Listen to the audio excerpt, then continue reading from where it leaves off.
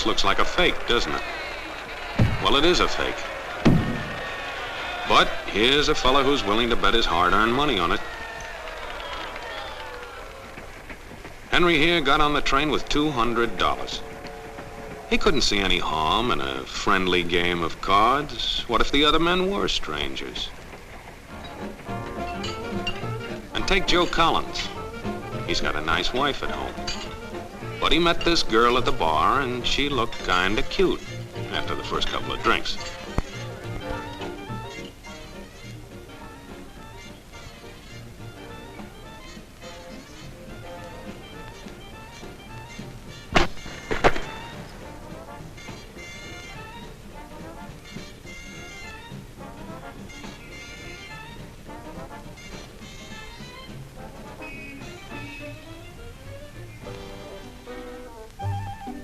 There's a good old-fashioned word for people like this. We call them suckers. And there are other people. People who stay up nights figuring out how to take away what they've got.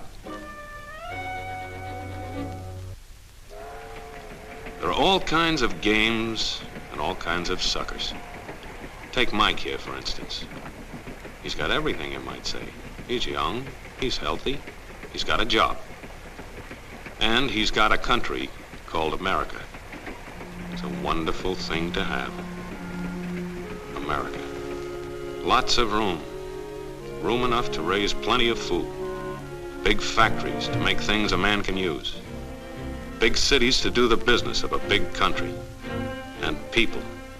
Lots of people. Enough to work the farm and build the factories, dig the mines, run the business. All kinds of people. People from different countries with different religions, different colored skins. Free people. They can live together and work together and build America together because they're free. Free to vote, to say what they pleased, go to their own churches, to pick their own jobs. Yeah, Mike's got something, all right. He's got America. But there are guys who stay up nights figuring out how to take that away from him. I want to give you the truth, folks. The truth about America. I know you've got a lot of questions. You want to know why you're not getting the breaks you deserve. Well, I'm not a politician. But I've made it my business to study these things, and I happen to know the facts. Now, friends, I'm just an average American. But I'm an American, and some of the things I see in this country of ours make my blood boil. I see people with foreign accents making all the money. I see Negroes holding jobs that belong to me and you. Now, I ask you, if we allow this thing to go on, what's going to become of us real Americans? I've heard this kind of talk before, but I never expected to hear it in America. This fellow seems to know what he's talking about. Yes, he knows all right. What's the answer? What are we real Americans going to do about it? You'll find it right here in this little pamphlet. The truth about Negroes and foreigners. The truth about the Catholic Church. Now, friends, these books are free. Paid for by real Americans who want others to know the truth. Excuse me, young man, but are you actually going to read that stuff? Sure, why not? You heard what he said, didn't you? Yes, I heard. But do you believe in that kind of talk? I don't know, makes pretty good sense to me. I'm speaking to you as an American. And I tell you, friends, we'll never be able to call this country our own until it's a country without. Without what? Yeah, without what? Without Negroes. Without alien foreigners. Without Catholics. Without Freemasons. You know these people. What's wrong with the Masons? I'm a Mason. Hey, that fellow's talking about me. And that makes a difference, doesn't it? These are your enemies. These are the people who are trying to take over our country. Now you know them. You know what they stand for. And it's up to you and me to fight them. Fight them and destroy them before they destroy us. Thank you.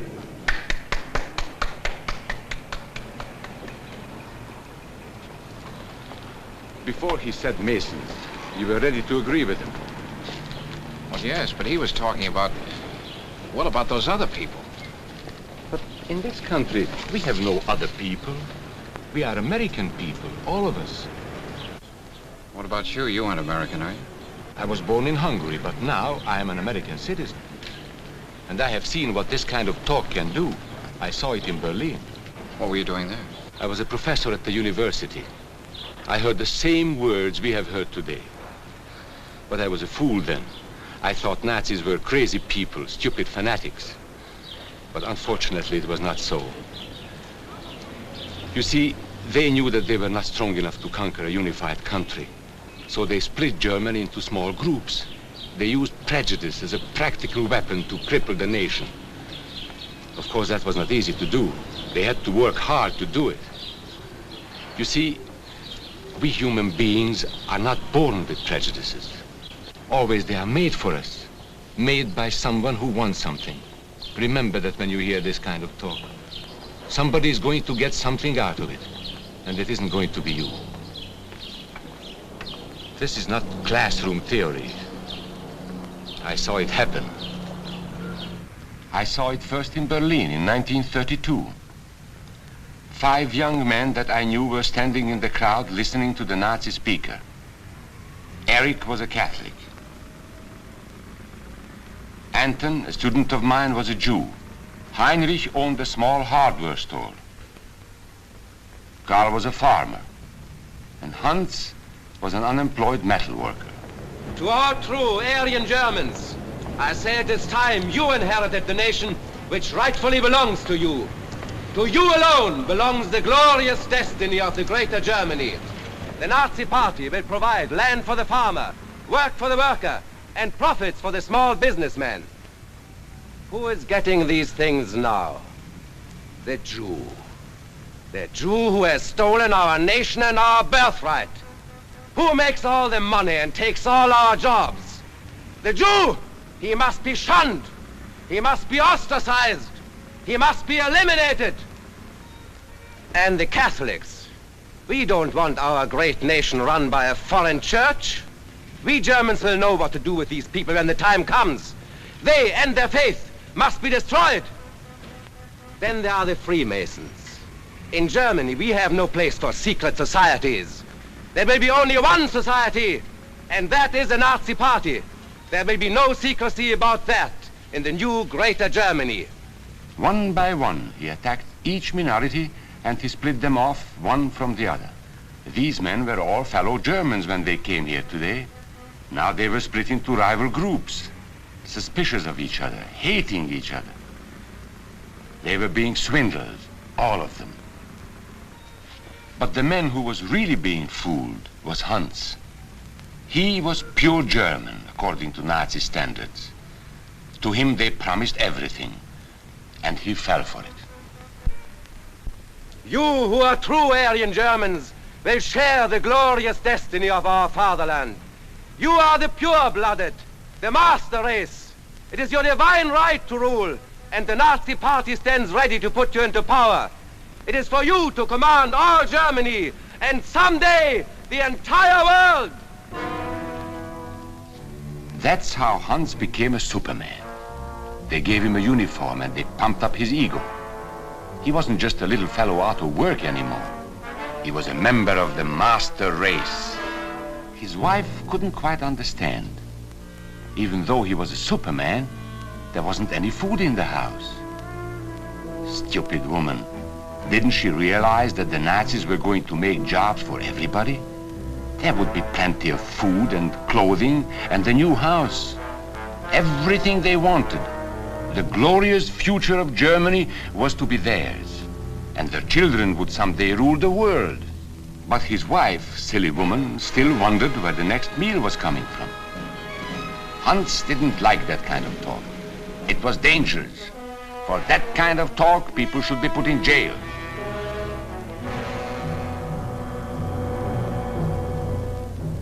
Hans had swallowed the bait all right. And these were the men who baited the hook. Why? So that Hans could come to power?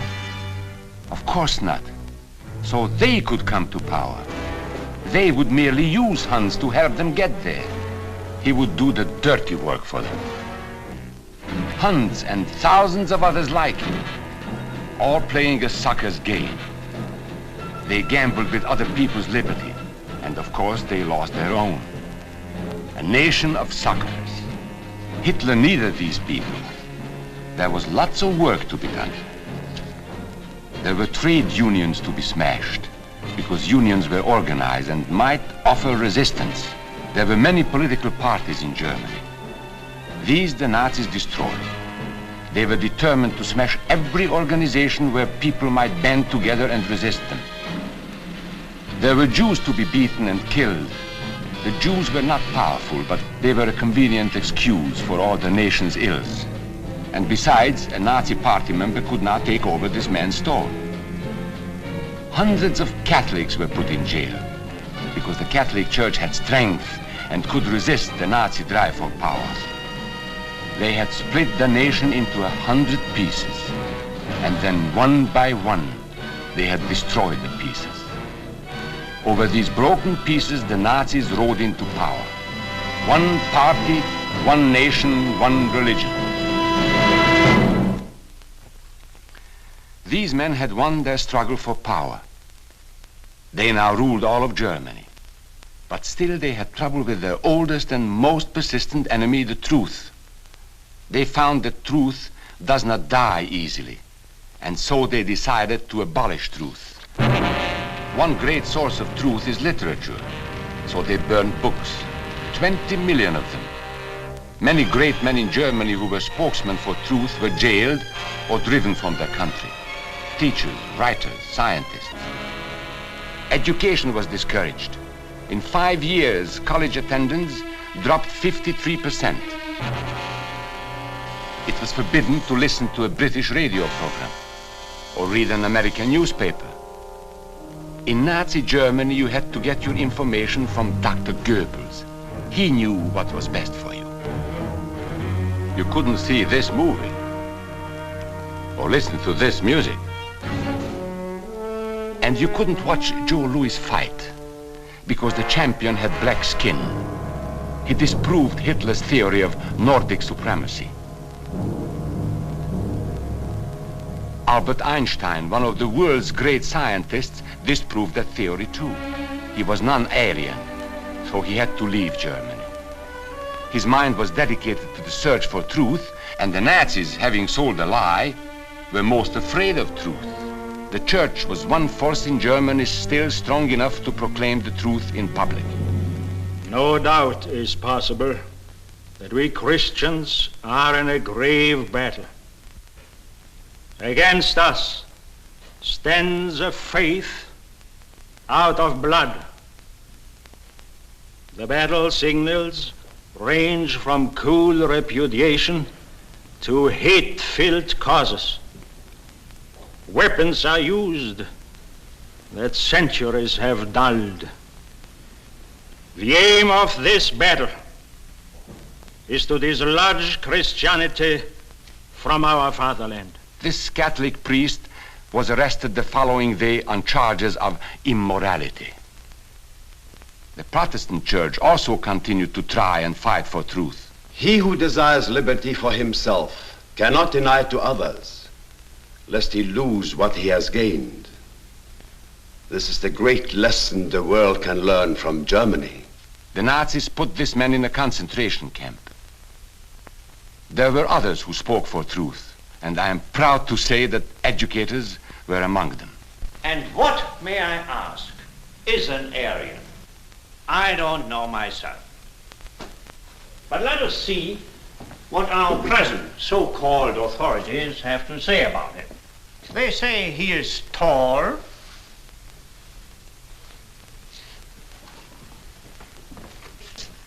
slender,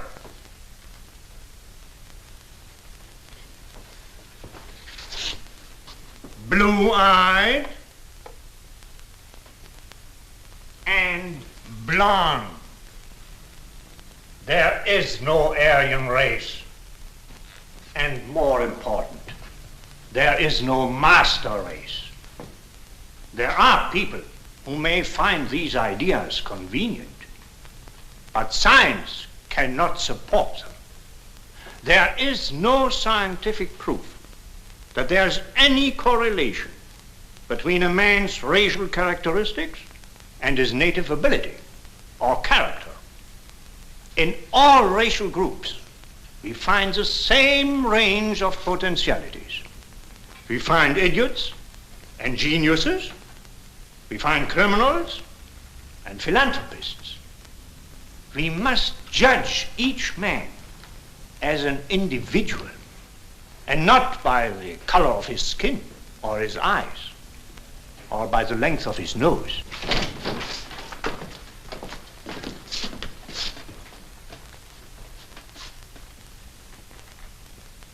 Come in, gentlemen. Make yourselves comfortable. There are many differences between individuals. We each have different capabilities, different backgrounds, different views about what's right and what's wrong. Like the difference between me and these gentlemen who have just arrived. But that is not the difference in race.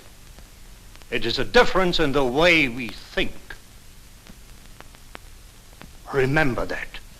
And remember that there is no master race. That is a scientific truth.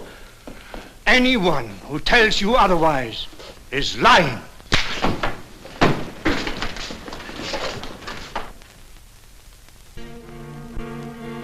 And so for all practical purposes, truth had been abolished in Germany. A lot of my German friends wondered what had hit them. How did it happen? Where did it start? It started right here. And this was where it could have been stopped. If those people had stood together, if they had protected each other, they could have resisted the Nazi threat. Together they would have been strong. But once they allowed themselves to be split apart, they were helpless. When that first minority lost out, everybody lost out. They made the mistake of gambling with other people's freedom. Now let's see how those bets paid off. Karl the farmer was gambling on a better life for himself. What he got was extra hours of back-breaking work, as much as 100 hours a week. He was forced to stay on his land and produce what he was told to produce, because now Hitler was preparing for war. For Heinrich, who owned a hardware store, the bet didn't pay off either. 104,000 small businesses were closed in 2 years. And for Hans, conditions hadn't improved any. He had a job now in the munitions factory, but he worked long hours for little pay. The working conditions grew increasingly bad. And even though he didn't like the job, he wasn't permitted to leave it. There still wasn't enough food in his house. Hitler said you couldn't have butter and cannon. So Hans couldn't have butter. And when Hitler decided the time was right, Germany went to war. Not by declaring war, but by a carefully prepared sneak attack. Once again, Hitler needed Hans to do his dirty work. Hans was an expert at brutality by this time. And Hitler had decided to use Hans and his brutality against other peoples, the Czechs, the Poles, the French, the Russians. But in the crucial test of war, Hitler's race theories didn't pay off. His pure-blooded supermen were defeated by the mongrel armies he despised, by the British at El Alamein,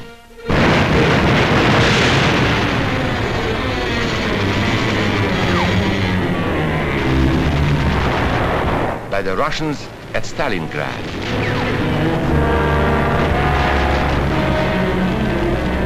and then on D-Day by American soldiers of every color and religion who smashed across the Normandy beaches and drove on through to the heart of Germany. For the misguided Germans who had swallowed the Nazi bait, the Nazi game did not pay off. The continent of Europe was strewn with millions of German bodies. Pure Aryan bodies. Karl, the farmer, was left in the snow outside of Moscow. Heinrich stayed in Italy at Salerno. And Hans, who was going to rule the world, got only a little patch of Normandy that he could call his own. We must never let that happen to us or to our country. We must never let ourselves be divided by race or color or religion, because in this country we all belong to minority groups. I was born in Hungary. You are a Mason. These are minorities. And then you belong to other minority groups too. You are a farmer. You have blue eyes. You go to the Methodist Church. Your right to belong to these minorities is a precious thing. You have a right to be what you are and say what you think, because here we have personal freedom. We have liberty. And these are not just fancy words. This is a practical and priceless way of living. But we must work at it. We must guard everyone's liberty, or we can lose our own. If we allow any minority to lose its freedom by persecution or by prejudice, we are threatening our own freedom. And this is not simply an ideal. This is good, hard common sense. You see, here in America is not a question whether we tolerate minorities. America is minorities. And that means you and me.